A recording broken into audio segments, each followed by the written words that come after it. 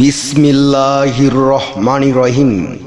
বিশ্ব আধ্যাত্মিক জ্ঞান সঞ্চার দরবার শরীফের প্রতিষ্ঠাতা আমার মুর্শিদ কেবলা গাউসুল আজম শামীম আলী চিশতির দরবার হইতে আমি শাহ আলম আপনাদের সকলকে জানাই আন্তরিক শুভেচ্ছা ও অভিনন্দন। আমার মুর্শিদ কেবলা গাউসুল আজম শামীম আলী চিশতির দরবার হইতে আবারও কিছু আলোচনা নিয়ে আপনাদের সামনে হাজির হইলাম। আশা করি সকলে ভালো আছেন এবং সকলেই মনোযোগ সহকারে এবং ধৈর্য সহকারে শুরু থেকে শেষ পর্যন্ত সম্পূর্ণ আলোচনাটি শুনুন। আমি যে আলোচনাটি নিয়ে আপনাদের সামনে হাজির হইলাম সেই আলোচনাটি হলেন মারফতের গোপনেরও গোপন কথা, সুফিবাদের চেহারা।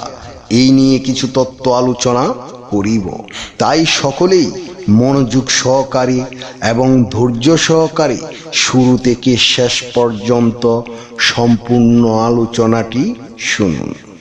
শুরুতেই বিশ্বের সকল স্তরে লোকদের উদ্দেশ্য করে বলছি, আমার লক্ষ্য আমার মুর্শিদ কেবলা গাউসুল আজম শামীম আলী চিশতির লেখা গ্রন্থের বিষয়বস্তু আপনাদের সামনে উপস্থাপনা করা, যাতে আপনারা সকলেই হাকিকত জানতে পারেন, বুঝতে পারেন এবং হাকিকতের জ্ঞান নিতে পারেন।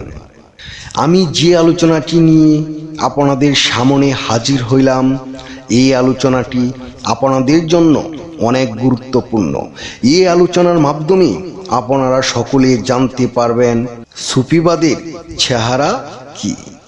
তাই সকলেই মনোযোগ সহকারে এবং ধৈর্য সহকারে শুরু থেকে শেষ পর্যন্ত সম্পূর্ণ আলোচনাটি শুনুন।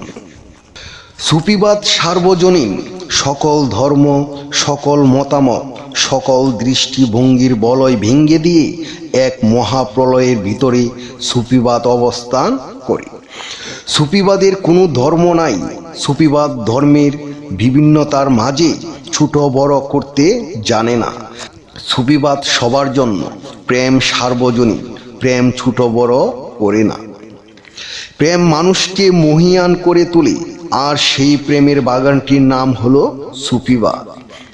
প্রেমের বাগানে অনেক রকম ফুল ফুটে, অনেক রকম ফুল গাছের শোভা পায় প্রেমের বাগানে। আকর্ষণের প্রশ্নে ভিন্নতা থাকতে পারে, কিন্তু আকর্ষণের কোণই হলো সুফিবাদ। সুফিবাদের দেহ একটাই, মানুষের শরীর বিভিন্ন হতে পারে, এই বিভিন্নতার মধ্যেই একের ঐক্যতান দেখা যায় সুফিবাদে। সুফিবাদ সবাইকে কোলে তুলে নেয়। সুফিবাদ গণ্ডিকে ঘৃণা করে, গণ্ডির দেওয়াল যারা ভাঙতে পারে সুফিবাদ তাদেরকে সাদরে গ্রহণ করে নেয়। যুক্তি, তর্ক, আইন বারবার রং বদলায়, কিন্তু সুফিবাদ কাঠমুল্লাও নয়, পুরোহিত নয়, যাজকও নয়, কঠিন বাস্তব শিখিয়ে দেয়। কেমন করে ঐশ্বর্যের পার্থক্যটি করা যায়, কেমন করে ধন সম্পদের মালিক হওয়া যায়, প্রক্ষান্তরে সুফিবাদ চুপি চুপি বলে দেয় কল্পলুকের মূর্তিগুলোর কথা, জানিয়ে দেয় কিভাবে পবিত্র গৃহে আসা যাওয়া করা যায়। কথার শেষ, সুফিবাদের শুরু। গরিব মানুষের মন, গরিব মানুষের আচরণ এবং হুতাশার ভুবা কান্নাই বুবা হয়ে যায়। কঠিন বাস্তবতা, মুঘল সম্রাট জালালউদ্দিন মুহাম্মদ আকবর, যার সাম্রাজ্য ছিল ভারতবর্ষ, এমনকি তা কাবুল কান্দাহার পর্যন্ত বিস্তৃত ছিল।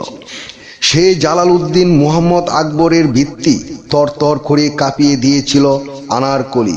ক্ষমতার প্রশ্নে আনারকলি শাড়ির আঁচলে বাধা থাকত 2-4টা নবাব সিরাজউদ্দৌলা। সুফিবাদের মহাদেশে আসতে চাইলে ঘুমটা খুলে ফেল, আবরণের বসনটি চিরে ফেল, তাল লয়ের ঝংকার অপেক্ষা করো, বেতালিক নৃত্যের নুপুরে সার্বজনীনতার ঝংকার তুলো। চিৎকার করে বলতে শিখো, সুফিবাদের আঙ্গিনায় কোনো মতাদর্শা থাকে না, কেবল তাকে নিরেট সার্বজনীনতা। মাঝখানেও সার্বজনীনতা এবং ইতিতেও সার্বজনীনতা, পা থেকে মাথা পর্যন্ত সম্পূর্ণ বসনহীন হবার নামটি হলো সুফিবাদ। হে বিশ্ববাসী, আমি শাহ আলম সকলের উদ্দেশ্য করে বলছি, সুফিবাদের মহাদেশে আসতে চাইলে ঘুমটা কুলে পেল, আবরণের বসনটি চিরে পেল, তাল লয়ের ঝঙ্কার অপেক্ষা করো, বেতালিক নৃত্যের নুপুরে সার্বজনীতার ঝঙ্কার তোলো, চিৎকার করে বলতে শিখো, সুফিবাদের আঙ্গিনায় কোনো মতাদর্শ থাকে না, কেবল তাকে নিরেট সার্বজনীতা, মাঝখানেও সার্বজনীতা এবং সর্বশেষ ইতিতেও সার্বজনীতা। পা থেকে মাথা পর্যন্ত সম্পূর্ণ বসনহীন হবার নামটি হলো সুফিবাদ। নম সুফিবাদ, নম নম। আমি যে আলোচনাটি আপনাদের সামনে করেছি, এই আলোচনাটি আপনাদের কাছে কতটুকু ভালো লেগেছে? যদি ভালো লেগে থাকে তাহলে আমাদের এই চ্যানেলটি সাবস্ক্রাইব করে দিবেন, সামনে ভালো ভালো আলোচনাগুলো পেয়ে যাবেন। এবং আপনারা সামনে কী ধরনের আলোচনা চান আমাদেরকে কমেন্টে জানাবেন, আমরা চেষ্টা করিব আপনাদের পছন্দ মতো আলোচনা নিয়ে আসতে। আমার এই আলোচনাটি করতে যাইয়া কথা ভাষা ছন্দে যদি কোনো ভুল হইয়া থাকে, সকলেই আমাকে ক্ষমা ও সুন্দর দৃষ্টিতে দেখবেন। সকলেই আমার জন্য দোয়া করিবেন, আমি যেন আপনাদের সামনে ভালো ভালো আলোচনাগুলো নিয়ে আসতে পারি এবং শোনাইতে পারি। সর্বশেষে সকলের চরণে হাত রেখে একটি কথা বলতে চাই, আল্লাহ গোপনেরও গোপন।